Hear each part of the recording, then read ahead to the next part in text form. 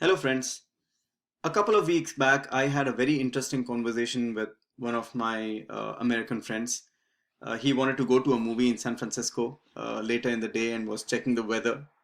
And he was sad that the weather report said that it might rain later in the day. So my thoughts immediately went back to India, from where I'm from. I was thinking whether I would check the weather report before I made any movie plans. And surprisingly, no, I never checked the weather report.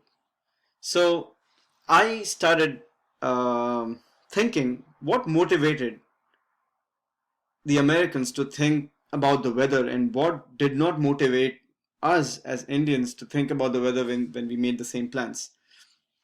In India, I would be more bothered about continuous water and electricity supply rather than thinking about the weather. Even if it rains, it's fine. I mean, we would just take an umbrella or something. I mean, worst case, we get wet. Big deal. So I mean, human beings cannot be bothered about the weather when their other much basic necessities are not being met. So if you see, there is a hierarchy in thoughts, right? I would think about the continuous water and electricity supply even before I would think about the weather. So if you were an Indian, you would do the same. You would probably think about the weather after your basic necessities are met, right?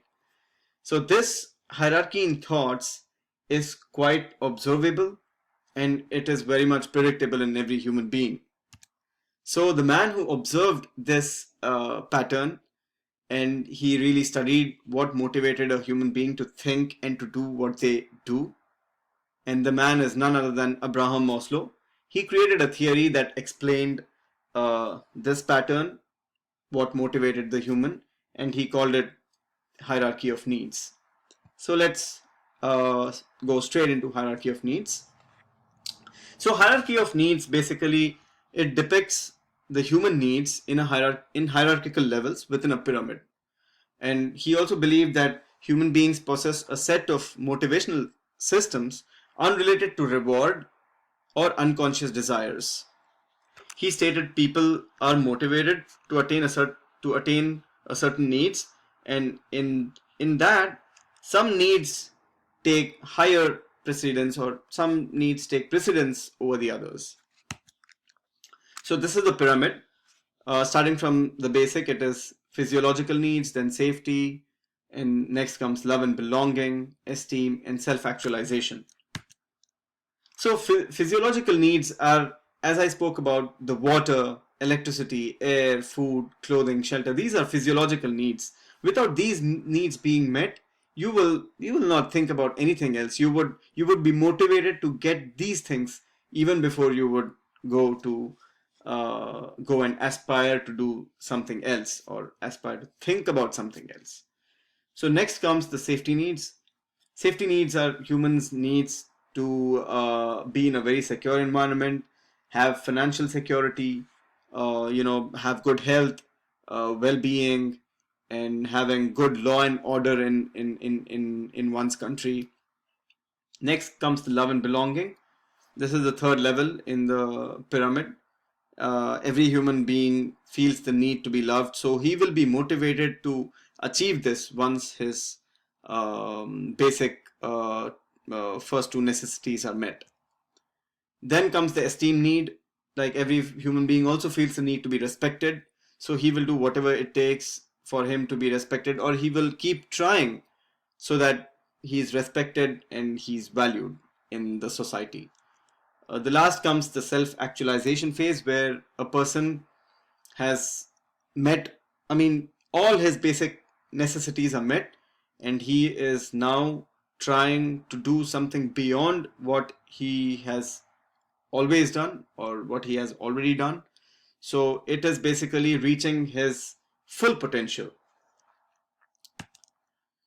And this theory was actually extended. There were three other important points added to this theory. One is the cognitive needs, then aesthetic needs, and then transcendence needs. So cognitive needs is basically humans' motivation to acquire more knowledge, need for meaning, and predictability. And aesthetic needs include appreciating and searching for beauty, balance, and form. And the final level that was added, which is transcendence needs, is helping people achieve self-actualization, helping others. If I'm a self-actualized person, I would start helping the others to reach the same level. So in my example, I was working for a company which was acquired by some other company, and then suddenly things started changing.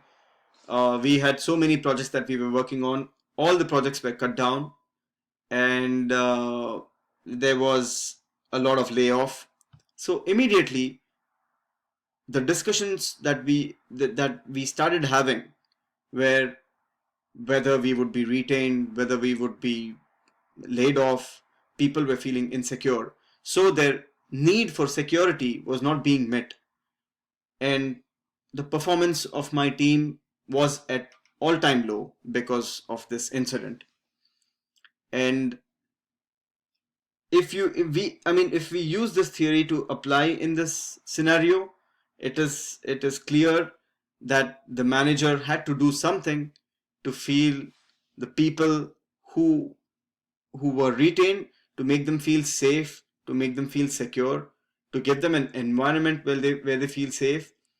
And only if they feel safe, they would go beyond their stated responsibilities and start giving something good back to the team. So this is one perfect example of Maslow's hierarchy of needs. Thank you.